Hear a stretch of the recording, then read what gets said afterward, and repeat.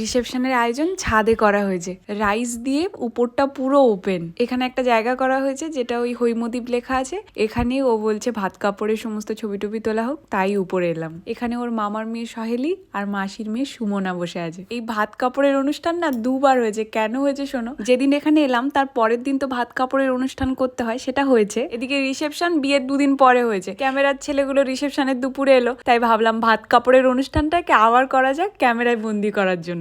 আগেও যেরকম ছিলাম গত 13 বছর, আগামী 1300 বছর থাকবো, এবং এটা একদম মন থেকে আমি বললাম। থ্যাংক ইউ আমার পাশে এরকম সর্বদা থাকার জন্য। আর প্রার্থনা করি দুজন দুজনাকে যেন এভাবেই সারা জীবন খুব ভালো রাখতে পারি। জানি মাঝে মাঝে রাগ অভিমান করি, রাগ অভিমান ছাড়া আবার সম্পর্ক হয় বলো? কাল আসছে রিসেপশনের ভিডিও। চলো সবাই ভালো থাকো, সুস্থ থাকো, আর সবাইকে ভালো রাখো। আজকে তাহলে আসি, দেখা হচ্ছে কাল।